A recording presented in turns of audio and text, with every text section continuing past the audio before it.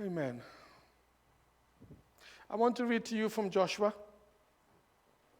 because we start a new series and it's all about being strong and courageous.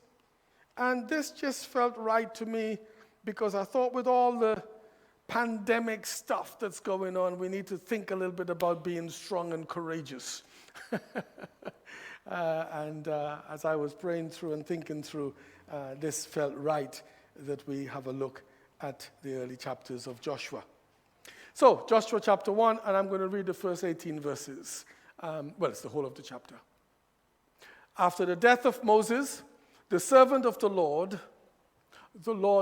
said to Joshua, son of Nun, Moses' aide, Moses, my servant, is dead.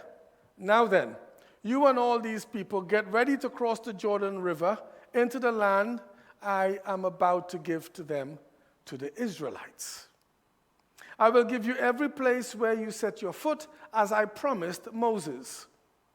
Your territory will extend from the desert to Lebanon, and from the great river, the Euphrates, all the Hittite country to the great sea on the west. No one will be able to stand up against you all the days of your life. As I was with Moses, so I will be with you. I will never leave you nor forsake you. Be strong and courageous, because you will lead these people to inherit the land I swore to their forefathers to give them. Be strong and very courageous. Be careful to obey all the law my servant Moses gave you. Do not turn from it to the right or to the left, that you may be successful wherever you go. Do not let this book of the law depart from your mouth. Meditate on it day and night, so that you may be careful to do everything written in it. Then you will be prosperous and successful. Have I not commanded you? Be strong and courageous. Do not be terrified. Do not be discouraged, for the Lord your God will be with you wherever you go. So Joshua ordered the officers of the people, go through the camp and tell the people, get your supplies ready. 3 days from now you will cross the Jordan here to go in and take possession of the land the Lord your God is giving you for your own. But to the Reubenites, the Gadites, and the half-tribe of Manasseh, Joshua said, remember the command that Moses, the servant of the Lord, gave you. The Lord your God has given you rest and has granted you this land. Your wives, your children, and your livestock may stay in the land that Moses gave you, east of the Jordan, but all of your fighting men, fully armed, must cross over ahead of your brothers. You are to help your brothers until the Lord gives them rest, as he has done for you, and until they too have taken possession of the land that the Lord your God has given them. After that, you may go back and occupy your own land, which Moses, the servant of the Lord, gave you east of the Jordan toward the sunrise. Then they answered Joshua, whatever you have commanded us, we will do, and wherever you send us, we will go. Just as we fully obeyed Moses, so we will obey you. Only may the Lord your God be with you as he was with Moses. Whoever rebels against your word and does not obey your words, whatever you may command them will be put to death. Only be strong and courageous. I wonder if anybody can tell me what the overriding theme of that passage is all about.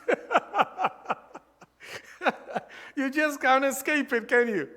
Be strong and courageous. I mean, do I need to preach a sermon, or is that the sermon? It's there. It's there for us. Right there. All of it. Be strong and courageous. You know, friends, the unknown is always disconcerting, isn't it? The unknown is always disconcerting. It causes us to feel nervous and uncertain as we think of all the potential problems. Because oftentimes what we do is we think of all the problems and we don't think of all the possibilities. So the unknown, whether it doesn't really matter what it is, whether it's a new job or a new relationship, whatever it is, the unknown, the fear of the unknown is a problem for us. I like what Corrie ten Boom had to say.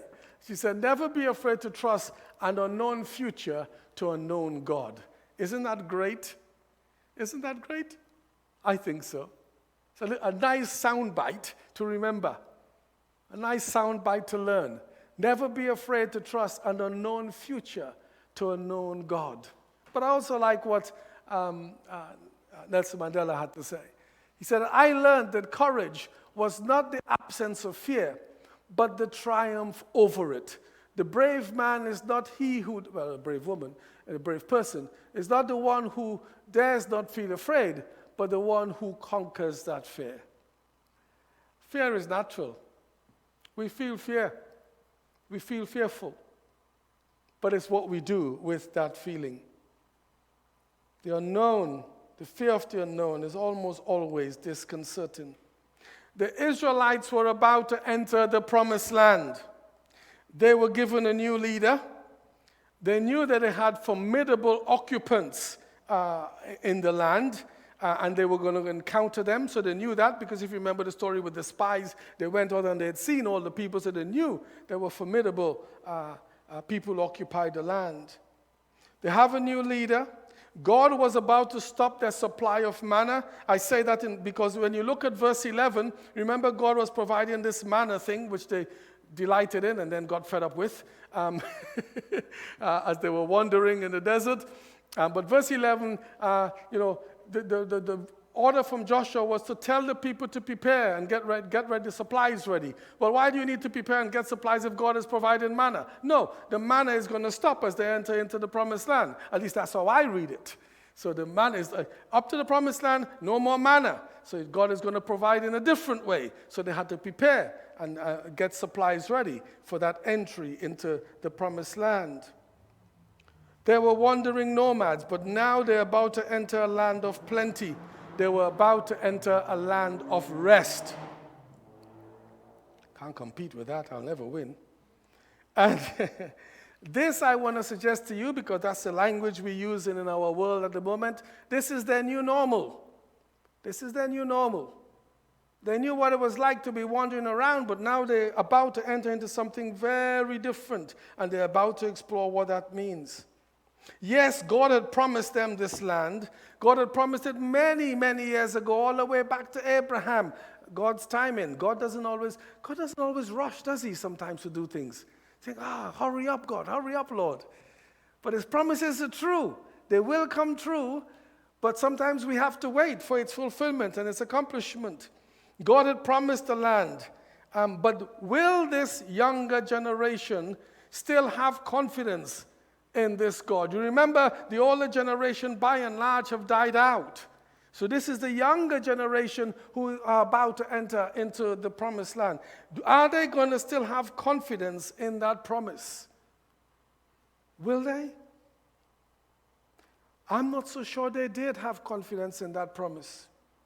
Because if you go back to the account I referred to you just then, which is the return of the spies from Canaan, you remember they went in, and 12 of them went, and 10 came back with this very strong negative, oh my goodness, these people are just, it's not going to be good for us, we ought not to go there, they're going to beat us up. And only 2, Joshua and Caleb, the same Joshua, were the ones who said, no, God says, so we can do it. Moses' account of that tells us that the assembly, in verse 10 of Numbers 14, tells us that the assembly, the gathered people, wanted to stone. They wanted to stone him because they just didn't have confidence, I'd want to say to you, in God and in this promise to occupy the promised land. Living in fear leads to crisis of confidence in the Lord and in his power. I don't always understand Oswald Chambers, because he writes sometimes with a style that just leaves me a bit whatever when I try to read his Utmost for the Highest, for example. But this I found helpful. Faith is a deliberate confidence in the character of God, whose ways you may not understand at the time. We may not understand, but faith is deliberate confidence in that God. I am not sure that they had confidence in God, and living in fear leads to a crisis in confidence in the Lord and in His power. I see that in our nation, in our present age. I see living in fear, not just about the pandemic, but fear about many things, leading to a crisis in confidence in the Lord. I suggest to you that the Israelites had to come back to a place of confidence in God, as we in 21st century Britain need to come back to a place of confidence in God. For too many of us Christians, these are times where our faith is faltering. I don't know if you've seen it, but I see it. For too many of us, our faith is faltering. Whether it's due to the pandemic and the new normal we now face, or due to the increasing pressure of holding a Christian faith in our increasingly secular world, whatever the reasons, and it could be all those things and so much more, there is a faltering in faith, and there is a waning of confidence in God. It is partly why it's such hard work to say to people, come on, let's go and bless the community and pray for them. Come for space for prayer. I want to suggest part of the lack of us standing up to do things like that is in part to do with the fact that we don't have a confidence in this God. We don't have a confidence in who He is and in His power. Because faith is faltering. We are hiding our light on the bushels instead of taking the bushels away and let the light shine. It's all well and good to come on a Sunday and do things in house, but don't put me out there. Don't let me have to say something out there. That's when I'm exposed. There's a faltering in faith. There's a waning of confidence in God. It is into that context that God comes to Joshua and commissions him to continue the work that Moses had begun. Now, Moses wasn't allowed to finish the work. Many of us will know that because we know he disobeyed God and he did one or two things that he wasn't supposed to do, and God was not best pleased with him, so he wasn't allowed to enter into the promised land. Joshua is one of the few, in fact, I think there's probably two of them. It's probably just Joshua and Caleb who were the oldies who were allowed, because all the others were the new generation of people who were entering that promised land. Joshua, we are told, he was an aide, an assistant, an apprentice, if you want. Just to tell us a little bit about Joshua, because I think it's important as we go through. I put something up here which says, making disciples is an ongoing process and not an event. Because I think that's an important thing that we are trying to model as a church together. It's important for us to remember that making disciples is not about, we had a baptismal service, when Stephen was with us, we had all these young people and they came to faith and we baptized them. And they're disciples and that's it, it's gone. That's an event. That's not making disciples. Making disciples is an ongoing process. And so we are in the business of making disciples, and as disciples, making other disciples, as disciples making disciples. And so Joshua was an aide. He was helped by Moses, kind of like an apprentice in a way, really. Moses was his mentor, we would say these days, and he was his mentee. Whether it was such a formal arrangement, I'm not so sure, but that's what we would say these days, won't we? You remember that Joshua was the one in Exodus 17 who was sent to fight the Amalekites. Remember when Moses and his hand was being raised up and Joshua was the one doing the fighting down below. Moses was the hand whose hand was being raised when he got tired, and as long as the hands were up, they were winning the battle. Joshua was the one fighting, Exodus 17. Joshua was the one also when Moses went to meet with God and he came back to the tent. Exodus 33, verse 11 would tell us that Joshua was around in the tent. So Joshua was the kind of person hanging around. So when Moses is up there and he's meeting God and he's getting all the glory of God and he's coming back beaming and all this kind of stuff, Joshua is around there just allowing some of that to fall on him. I like that kind of stuff. I want to be a Joshua. I want to be around people like that, so it could just fall on me, so I could just by osmosis just pick up some of the stuff that they have experiencing from God. But he was in the tent experiencing that kind of stuff. Joshua already said to you, according to Numbers 14, went out to spy the land as was sent by Moses. But Numbers 27 also tells us that Moses laid hands on him, anointing him for the role. So we get in a sense of who this person, Joshua. It's important that this first run into this new series, that we have an understanding of who this man is, Joshua. Despite all of that, I want to suggest to you, and I don't believe I'm importing too much into Scripture, Joshua would still be nervous of the responsibility of the task ahead of him. I think to be human is to feel nervous about these kind of things. The adrenaline is pumping, is what we say, isn't it? We can't help it. It's normal, it's natural, and I think it's only right. Our son, Ainsley, he's starting work in a new school. We did last week. We were talking about it, and he was talking about the sense of nervousness that he was feeling as he was preparing for that. And he was saying, I know, Dad, I know this, and I know I can do it, but yet, and I said, it's all right. I have that too. I go into situations, unknown situations. I'm sure you do. And the adrenaline is flowing. And there's something about that which is good and is right because it's preparing you for whatever. Of course, if you get too far down that road, it gets to paralysis, and it's no good. I want to suggest to you that Joshua would have felt that way. He would have that sense of nervousness. I last preached this sermon in 2010. I've rewritten it for today. But I last preached this sermon in 2010 because in 2010 I came to this church and I preached that sermon, one of my first sermons that I preached in this church in 2010. I remember some of the things that I said. I'm thinking, did I really say that?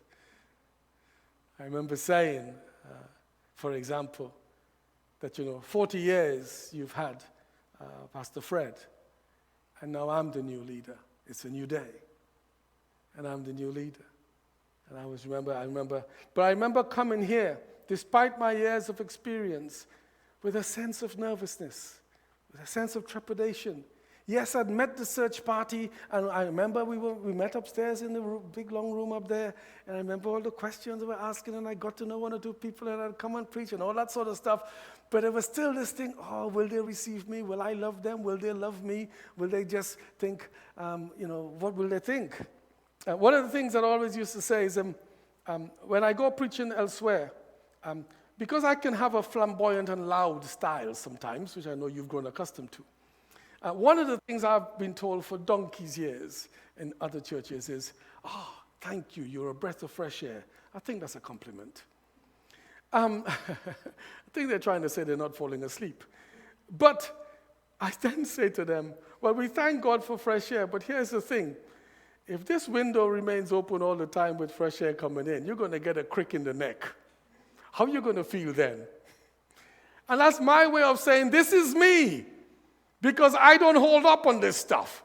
This is not a show I'm putting on for you. This is who I am. So if you accept me, you're going to have to put up with this every week, unless I'm under the weather or something. That kind of stuff. So there's fear, there's trepidation, there's feelings. It's to do with the unknown, isn't it? And you would have your own stories that you can tell. Joshua, I suggest to you, would have been feeling those kind of things. After all, come on, Joshua grew up amongst these people. He would have saw their rebellion against Moses. He would have seen them grumbling against Moses. So I think, maybe I'm reading too much. I think he'd be thinking, who am I? If Moses, the great liberator, the great man of God, can't keep this lot happy, what chance do I stand? Is what I think he would be thinking. Am I reading too much into it? I don't know. You will tell me later, I am sure. I'm sure you will. So God comes to Joshua and promises him his presence, because above all else, that's what he needs. He needs to know that God will be with him. So God comes to him and he says, Joshua, I will be with you. You have my presence. Now, I want you to make the connection, my friends, because this is the same promise that Jesus makes as before his exaltation. Remember? Before he goes into heaven, Matthew 28:20 makes it very clear to us. Hebrews will also say it, but Matthew 20:20 will tell us. He says, make disciples, and he says, and I will be with you always. I will be with you always to the end of the world, to the end of the age. It's the same language here, the promise of God's presence. And Jesus makes that promise to you and me. So in case you're sitting there thinking, or in case you're online thinking, well, that's all well and good, but Joshua is a leader. He's going to lead God's people. So this is for leaders only. So Rupert, that's great, and maybe it's great for your leadership team, but it doesn't apply to us. Thank you very much. Actually, it does. Because Jesus gave it to his disciples, and that's you and me. I will be with you always, the very same language. As you go about mission, as you carry out your responsibilities, as you live for me, Jesus says, I will be with you always. That promise is to be ever present. And now you know why we sang some of the songs that we were singing and looked at the scripture we did with Psalm 145. God is true to all his promises. That promise to be ever present as the disciples fulfill their life's calling and making disciples and baptizing. So the message is clear. This is nothing to do with moods. This is nothing to do with feelings, although you and I do make it about moods and feelings. This is a statement of faith. This is a fact. God has said, I will be with you. That's it. End off. Now, I wish it was that simple for you and I, because like you, I have days when I wonder, God, are you here? Where are you? Because I ain't feeling it right now. Am I allowed to admit that? Well, I am going to admit it whether you like it or not. But it's a statement of fact. God says, I will be with you. Clear message. We are never alone. We are never alone. Never alone. The problem is ours. We give in to fear. We do not feel God's presence. We struggle to understand and come to terms with things going wrong, because when things go wrong, we equate that means that God has abandoned us. Whenever we feel pain or suffering, we equate that with, oh, God has given up on us.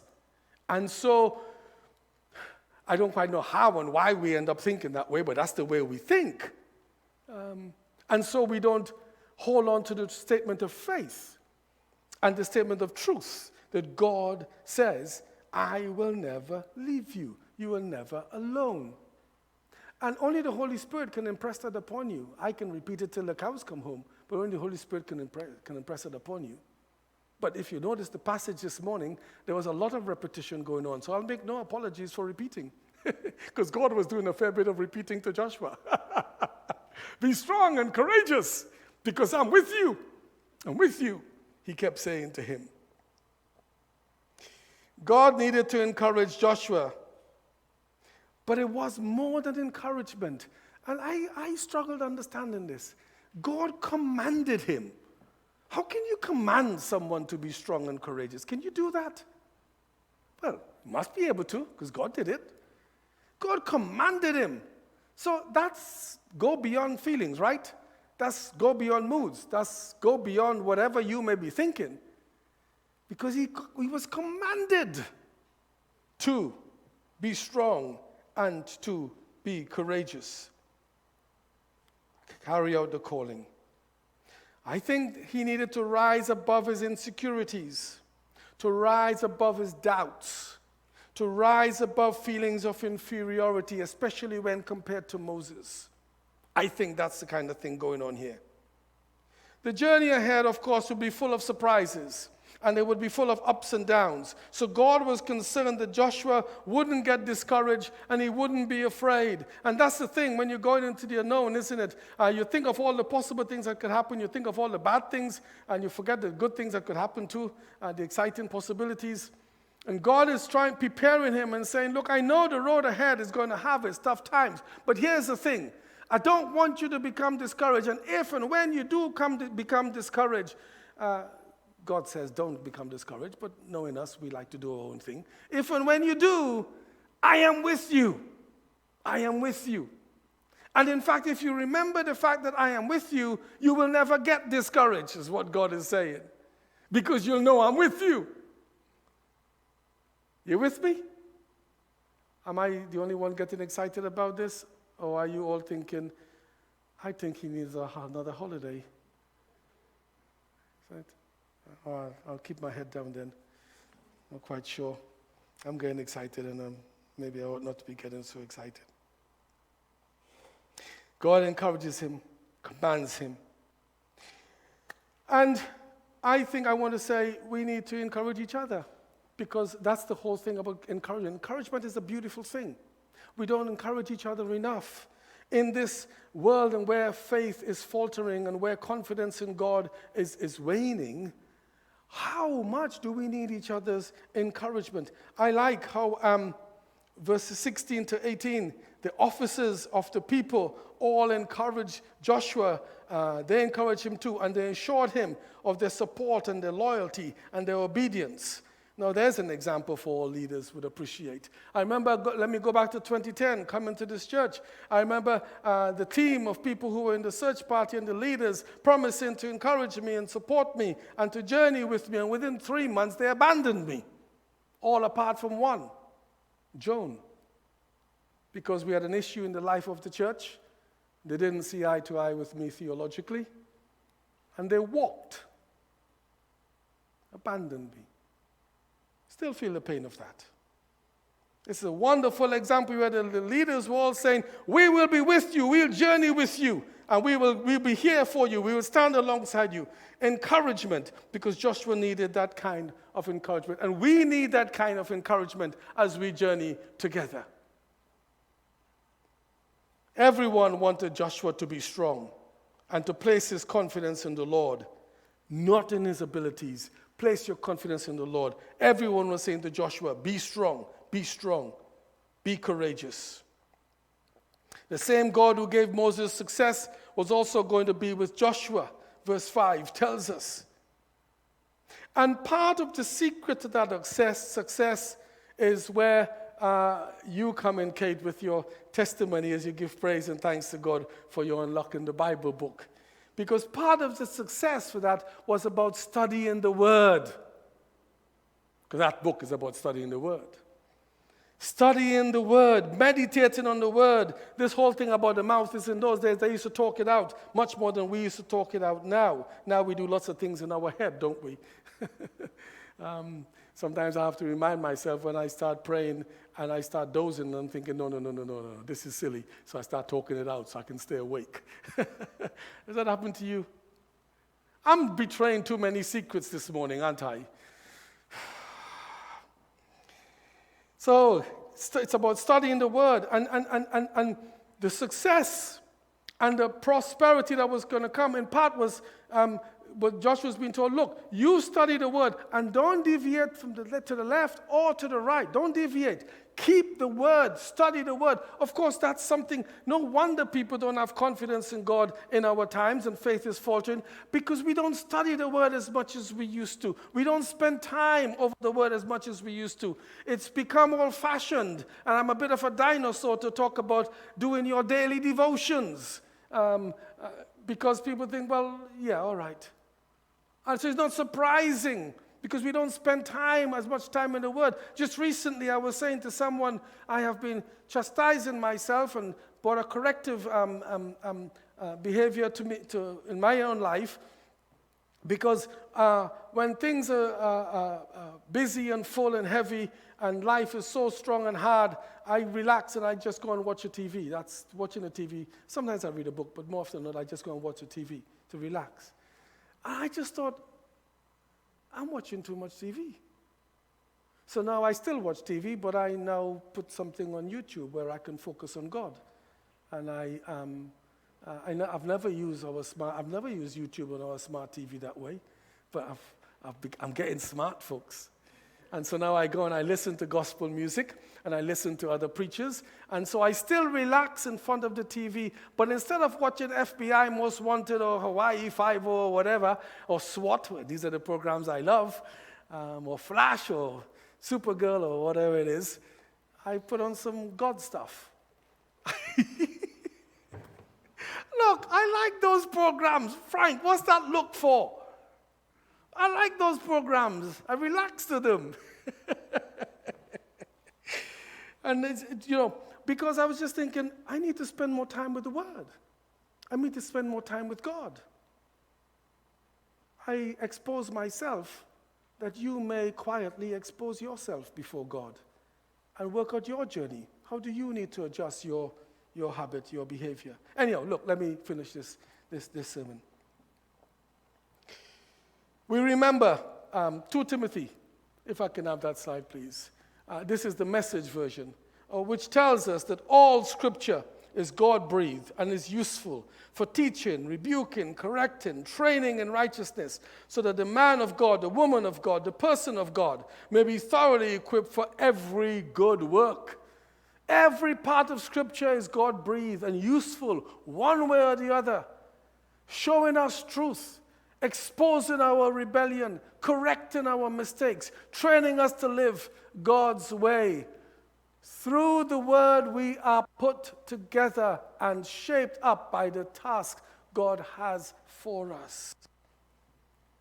Psalm 119, verse 5 says, "Your word is a lamp to my feet and a light to my path." And Joshua is being told, delight in the Word. Get yourself embedded in the Word. Read, learn, and internally digest the Word. Let it become part of you. And notice it was a recipe for success. God says if you want to be successful, do that. If you want to be prosperous, do that. I don't say that. God says so. In a busy world with many things vying for our attention, I say to you, it is still vital that Christians find time for the study of God's Word, for delighting in God's Word. So I put up a dusty Bible saying, read me. Read me. Yeah, I know you can do it on your tablet and all that kind of stuff, and when you train or wherever you are. And that's all fine too. That's all fine too. Be immersed in the Word. Joshua's part in this covenantal agreement is that he would inhabit God's Word and be courageous and strong. So God commanded him, get into the Word, commanded him to be strong. What's God's part in all of this? Because a covenant has got two sides. God's part is that he would be present with him, that he was never going to be alone. He would never leave him. God's part is that he would make Joshua prosperous. He would make him successful. And of course, with Joshua, we're talking about the people of God. The people of God. It's an interesting question, isn't it? Is there a correlation, or how direct is the correlation between the pastor, the leader being immersed in the Word, and God's people, and the enrichment of God's people? It's a direct correlation, isn't it? It's a direct correlation.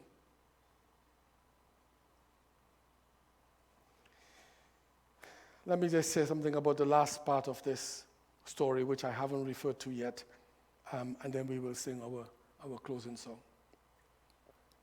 Because the last part of this story, as we look at the whole chapter, we're thinking about God's presence, God promising his presence, and we've acknowledged that he's faithful and he keeps all his promises.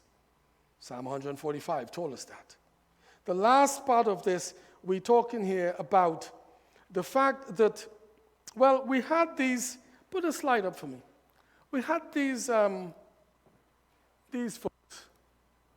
Hang on, let me just get my... So we've got, so there's your Jordan River there. Here we've got the Reubenites, we've got the Gadites, and we've got half of Manasseh. The other half is over there. They didn't want to cross the river. They had a lot of livestock. And you will find this in Numbers 32, so if you want to read it up. They had a lot of livestock, it would seem. And they didn't want to cross the river. They liked what they saw when they got to that part, the east of the river. So they said to Moses, hey, Moses, we'll make a deal with you. There's good land here. We want to stay here for all our livestock and all our stuff. And Moses says, okay, that's a deal.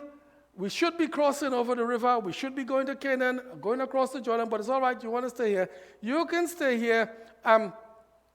But when it comes to crossing to the other side, you have to send your fighting men. You can leave your family behind. You have to send your fighting men so they can come, so that we can be a unit. We can be a family. We can be the Israelites. We can be the church. We can do this together. When it comes to space for prayer, go as a church. Don't put one or two people to hang out there. As faith is faltering as it is already, society is up against Christianity already, and yet you let Vicky go there on her own. No, go as a church. Stand together. Fight them together. Enter the promised land together. And once you've done that, after space for prayer, you could go back. That's what the Bible says. It didn't say space for prayer, but that's what is going on there. And so, I wanted to highlight this because I think there's something here about the church knowing how to stand together. If confidence is such, if faith is faltering, how we need each other to stand together. We need each other to be firm, to be solid, to be supporting each other, to be there for each other, that the church may be the church and may be seen to be the church. And these people out there may say, see how these people loved each other, and we may encourage each other, and we may know how to stand strong, because the problem is we are not strong and courageous, despite God saying so, and we need the support of each other, because then we feel stronger, then we are emboldened. That's the word, is it not? We are emboldened. I'm reminded that the church is a family of God. We stand together on the things of God, especially as we think about our society and what is around us. Jesus, in his great priestly prayer in John 17, will talk about the unity and being seen to be one. So important. Friends, this morning we've journeyed looking at a new theme, be strong and courageous. We'll be looking at the life and journey of Joshua and the Israelites as they're about to enter into the promised land, a land flowing with milk and honey, a place of rest, a place of plenty, which God promised many, many years ago. And now God was fulfilling his promise with a new generation of people. But God was nonetheless fulfilling his promise, because God always keeps his word. And God says, I will be with you. You're not alone. I've chosen as a closing song, a song which is a version of Psalm 23, and which talks about the fact that we will trust in God alone. Because I think implied in all of this, God was saying to Joshua, trust me, trust me, trust me. So I've given us an opportunity to respond this morning prayerfully in song as we lay our lives down, wherever we are in this building here in person, on those who are online, wherever that you may be, in your car, wherever you are, an opportunity for us to say, Lord, I will trust in you.